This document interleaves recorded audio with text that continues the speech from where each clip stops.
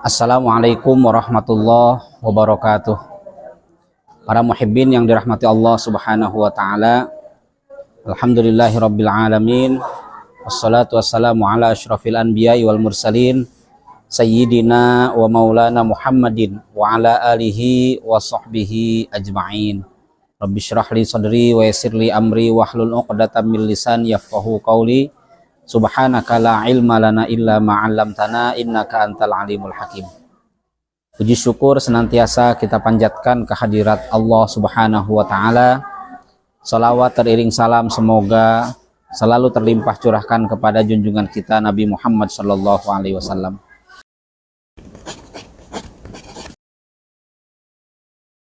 Kenapa majlis diberi nama dengan Majlis Raudhatul Muhibbin? Karena secara etimologi, secara bahasa, raudhah itu artinya taman. Orang biasanya kalau sudah duduk di taman, diam di taman, ada nuansa kenyamanan, ada nuansa ketenangan, sehingga orang sanggup berlama-lama untuk tinggal di taman.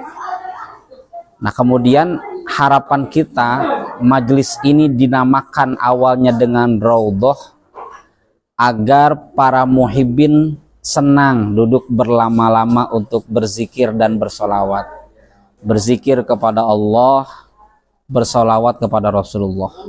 Maka yang harus ditanamkan agar kenyamanan dan ketenangan itu bisa didapatkan oleh para muhibbin, harus ditumbuhkan rasa cinta kepada Allah, cinta kepada Rasulullah Sallallahu Alaihi Wasallam. Kemudian lanjutannya adalah kata muhibbin. Raudhatul Muhibbin artinya taman para pecinta. Ya, muhibbin itu adalah para pecinta. Namun tidak sembarangan kita menargetkan siapa yang kita cintai. Para muhibbin yang dirahmati Allah Subhanahu wa taala, majlis ini tidak hanya memiliki nama yang tadi disebutkan Raudhatul Muhibbin, namun kita juga memiliki logo yang syarat dengan makna. Logo ini menunjukkan identitas jamaah majlis Raudhatul Muhibbin, identitas para muhibbin yang hadir di majlis zikir dan sholawat Raudhatul Muhibbin. Para muhibbin silahkan lihat logonya, itu ada bintang 5 ya. Bintang 5 itu menunjukkan siapa yang dituju untuk dicintai oleh para muhibbin. Yang pertama, cinta kepada Allah Subhanahu wa taala. Yang kedua, cinta kepada Rasulullah sallallahu alaihi wasallam. Yang ketiga, cinta kepada para aulianya Allah. Yang keempat, cinta kepada para ulama. Dan yang kelima, cinta kepada para salafun shalihin. Kemudian di kanan kiri tulisan Raudhatul Muhibbin yang melengkung, baik tulisan Arab maupun tulisan Latinnya, itu terdapat 2 bintang, dan di dalamnya terdapat lafaz jalalah, lafzul jalalah, lafaz Allah, dan lafaz Sayyidina Muhammad Rasulullah. Nah, ini menunjukkan bahwa majlis ini tidak lepas dari para muhibbinnya yang bertuhankan kepada Allah Subhanahu wa taala dan percaya terhadap baginda Nabi Muhammad sallallahu alaihi wasallam beserta ajaran yang dibawa oleh beliau. Nah, kemudian di dalamnya itu ada gambar terompah. Terompah ini adalah terompahnya Rasulullah Shallallahu Alaihi Wasallam. Kenapa kita menggunakan terompah? Dikatakan oleh para ulama, terompah Nabi ini luar biasa mulianya. Mulia karena terompah itu melekat pada tubuhnya Nabi Muhammad Shallallahu Alaihi Wasallam. Bahkan terompah ini atau alas kaki ini yang menjadi salah satu saksi perjumpaan Rasulullah dengan Allah Subhanahu wa taala pada saat Rasulullah menerima perintah sholat dari Allah Subhanahu wa taala. Di saat malaikat Jibril alaihi salam tidak sanggup untuk menembus alam lahut, alam berikutnya, sampai mengatakan, ya Rasulullah, lau taqaddamtu khatwatan lah taraktu.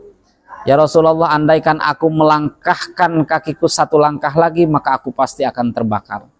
Tapi Rasulullah Shallallahu Alaihi Wasallam berjumpa dengan Allah, memasuki alam lahut dengan menggunakan alas kakinya. Allah tidak memerintahkan Rasulullah untuk membuka alas kakinya. Nabi Musa alaihi salam, pada saat Allah ingin berdialog dengan beliau di Bukit Sinai atau di Tur Sina, diabadikan di dalam Al-Quran. Apa kata Allah? Firman Allah, ya Musa fakhla'na alaika fa innaka bilwadil muqaddasi tuha. Wahai Musa, tanggalkan, lepaskan alas kakimu, karena sesungguhnya engkau ada di tempat yang disucikan. Itu di bumi. Rasulullah Shallallahu Alaihi Wasallam menerima perintah sholat dari Allah bukan di bumi.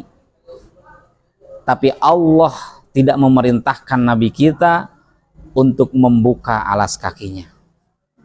Kalau dijelaskan di sini mungkin waktunya tidak cukup. Luar biasanya terompahnya Rasulullah Shallallahu Alaihi Wasallam yang digambarkan di dalam satu kitab yang disusun oleh Syekh Yusuf An-Nabbahani. Lain waktu insya Allah kita bahas. Kemudian di dalam terompah itu ada gambar kubbatul khadra. Kubbah yang di bawah kubah itu ada makbarohnya Rasulullah Shallallahu Alaihi Wasallam. Maka harapan kita dengan memasukkan gambar kubbatul khadra, semoga muhibbin yang hadir di majlis Raudhatul Muhibbin ini tambah hari, tambah minggu, tambah bulan, semakin sering dia hadir di majlis zikir, maka hatinya akan semakin tambah cinta kepada Rasulullah Shallallahu Alaihi Wasallam. Dan diperkuat kalimat Raudhatul Muhibbin pun ada lagi di situ untuk menjadikan penegasan bahwa majlis ini adalah tamannya para pecinta Allah, para pecinta Rasulullah, para pecinta aulia, para pecinta ulama, para pecinta salafunas salihin. Maka semua para pecinta ini harus berusaha menirukan, meneladani siapa yang dia cintai. Mulai dari amaliyahnya, zikirnya, rajin bersolawatnya, bahkan meneladani kesehariannya. Ketika sudah sering hadir di majelis ini, maka harapan kita para muhibbin bisa menjaga lisannya daripada menyakiti sesama hamba Allah, apalagi dia orang-orang kaum muslimin, apalagi dia sesama muhibbin.